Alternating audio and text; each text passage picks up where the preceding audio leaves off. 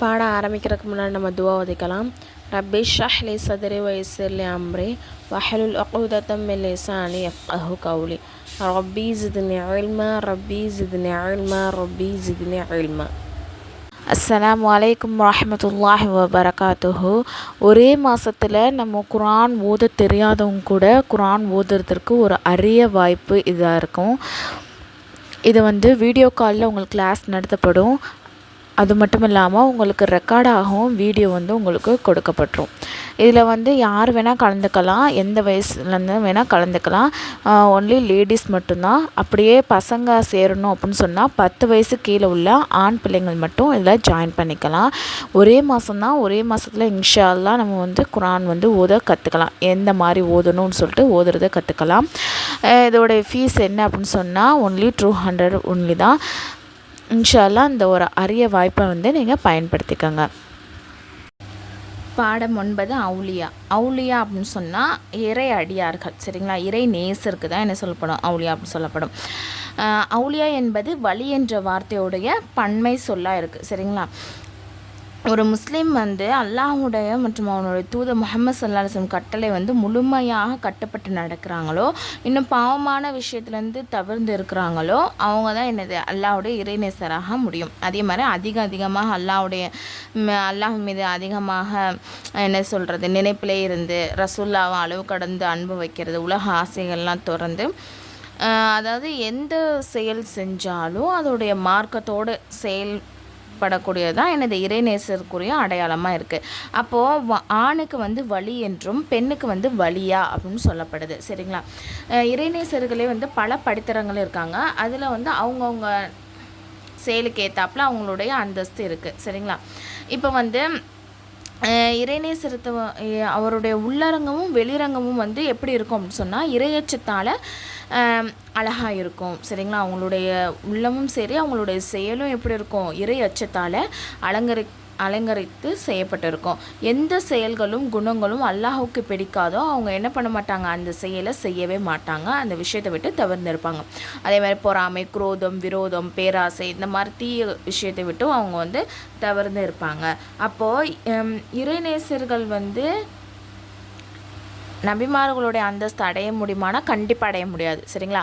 ஆனால் எல்லா நபிமார்களும் இறைநேசராக இருந்திருக்காங்க, விளங்குதா? இறைநேசர் என்னதான் அமல் செஞ்சு தொழுது நோன்பு வச்சாலும் நபிமாருடைய அந்தஸ்து அடைய முடியாது. ஆனால் நபிமார்கள் எல்லாருமே இறைநேசராக தான் இருந்திருக்காங்க. அதே மாதிரி சஹாபியர்களையும் நிறைய பேர் எனது இறைநேசர்களாக இருந்திருக்காங்க, சரிங்களா? அதே மாதிரி நம்ம இப்போ மனிதர்களாக இருக்கோம். நம்ம என்னது இறைநேசராக இருக்கலாம். பட் ஆனால் நம்ம என்ன ஆக முடியாது, சஹாபாக்களாக ஆக முடியாது. சஹாபாக்கள்னால் என்ன அர்த்தம், ரசூல்லாவுடைய காலத்தில் ரசூல்லாவை பார்த்து அவங்க கூட இருந்து ஈமான் கொண்டு அதே நிலையில் மௌத்தானவங்க தான் எனது சஹாபாக்கள்னு சொல்லப்படும். அப்போ எல்லா சஹாபாக்களும் இறைநேசராக இருந்திருக்காங்க. ஆனால் இறைநேசர் என்ன ஆக முடியாது, சஹாபாக்களாக ஆக முடியாது. அதாவது நம்ம முஸ்லீம்கள், சாதாரண மனித முஸ்லீம்கள் எனது இறைநேசராக இருக்கலாம்.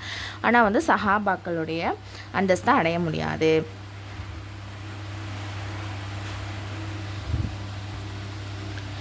அதே மாதிரி இறைநேசருக்கு சில அற்புதங்கள் இருக்கலாம். ஆனால் கண்டிப்பாக இறைநேசர்னாலே அவங்களுக்கு அற்புதம் தான் இருக்குன்னு கட்டாய கடமை கிடையாது, சரிங்களா? இந்த பாடத்துடைய கொஸ்டின், வழி என்ற வார்த்தையின் பொருள் என்ன, வழி மற்றும் வழியா என்று எவருக்கு சொல்லப்படும், இறைநேசத்திற்காக மிகப்பெரிய அந்தஸ்து எவருக்கு கிடைக்கும், ஒரு இறைநேசர் நபி மற்றும் சஹாபாக்கள் அந்தஸ்தை அடைய முடியுமா, இறைநேசர் என்றால் கண்டிப்பாக அவரிடம் அதிசயங்கள் இருக்க வேண்டுமா? பாடம் 10 பாவங்களும் மாறுபுரிதலும். எந்த காரியத்தில் அல்லாஹுடைய கட்டளைக்கு மாறுபுரிதல் இருக்கிறதோ, நம்ம செய்யக்கூடிய எந்த செயல் அல்லாஹுடைய கட்டளைக்கு மாறுபுரிதலாக இருக்குதோ அதற்கு பாவம் என்றும் குற்றம் என்றும் கூறப்படும், சரிங்களா? பாவங்கள் செய்வதால் அல்லாஹ் என்ன அடைகிறான் அப்படின்னு சொன்னால் வெறுப்படைகிறான். அதனால் நம் உள்ளங்கள் அல்லாஹுடைய கண்ணியமோ நேசமோ இருக்காது, சரிங்களா? அல்லாஹுடன் வெறுப்பும் நெருக்கமின்மையும் ஏற்பட்டுவிடும். நம்ம பாவம் செய்ய அல்லாஹும் நம்ம மேலே வெறுப்படைவான். அதே மாதிரி நம்மளுக்கும் அல்லாஹ் மீது என்னது ஒரு ஈடுபாடு இல்லாமல், ஒரு நேசமே இல்லாமல் நமக்கும் போயிடும். பாவங்கள் செய்வதனால் நற்காரியங்கள் செய்வதற்கு வாய்ப்பே நமக்கு கிடைக்காம போயிடும். பாவங்கள் செய்ய அதன் பக்கமாக தான் நம்ம ஈர்க்கப்படுமே தவிர நம்ம நன்மையின் பக்கம் ஈர்க்கப்பட மாட்டோம். பாவங்கள் செய்வதால் சகல பாக்கியங்களும் என்னது பிடுங்கப்பட்டு விடும்.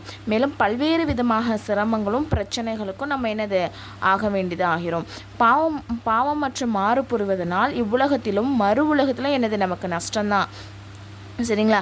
பாவம் மற்றும் மாறு செய்தன் காரணமாக முந்தைய சமுதாயத்தர்கள் அல்லாஹ் என்ன பண்ண அழிச்சிட்டான்.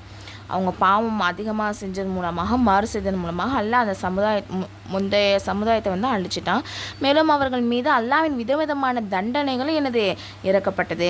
குர்ஆன்ல அல்லாஹ் சொல்கிறான், மேலும் நாம் உங்களுக்கு முன்னால் எத்தனையோ சமுதாயத்தர்கள் அவங்க அநியாயம் செய்ததன் காரணமாக அழிச்சிட்டோம். மேலும் இறை தூதர்கள் அவரிடம் தெளிவான அந்த அத்தாட்சியை கொண்டு வந்தார்கள்.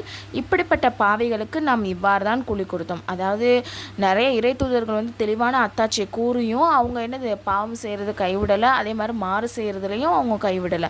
அப்போ பாவம் செய்ய செய்ய அவங்கள என்ன பண்ணிட்டோம், நம்ம அந்த சமுதாயத்தை அழிச்சிட்டோம். மீது நிறையா தண்டனை இறக்கப்பட்டுச்சுன்னு அல்லாஹ் சொல்கிறான். அதாவது பாவிகளுக்கு இதான் கூலி அப்படின்னு சொல்கிறான். மாறு புரிதலும் பாவங்கள் செய்தலும் விதவிதமாக உள்ளன. உதாரணமாக பொய் பேசுதல், பெற்றோருக்கு மாறு செய்தல், திருடுதல், இந்த மாதிரி எல்லா குற்றங்களுமே நம்ம சொல்லலாம். இதில் 2-3 சொல்லியிருக்காங்க மெயினான உள்ளது. அதுக்கப்புறம் இந்த பாடத்தோட கொஸ்டின் மாறு புரிதல் மற்றும் பாவம் என்றால் என்ன, பாவம் செய்வதனால் ஏற்படும் நஷ்டங்கள் என்ன? இது ஃப்ரீ முஅல்லமா கோர்ஸ். இதில் 1 இயர் கோர்ஸ். இதில் ஜாயின் பண்ண விருப்பம் உள்ளவங்க கீழே நான் டிஸ்கிரிப்ஷனில் டெலகிராம் லிங்க் கொடுத்துருக்கேன். அதில் ஜாயின் பண்ணிக்கோங்க. அதில் இன்னும் சில டீட்டெயில்ஸ்லாம் கொடுத்துருக்கேன்.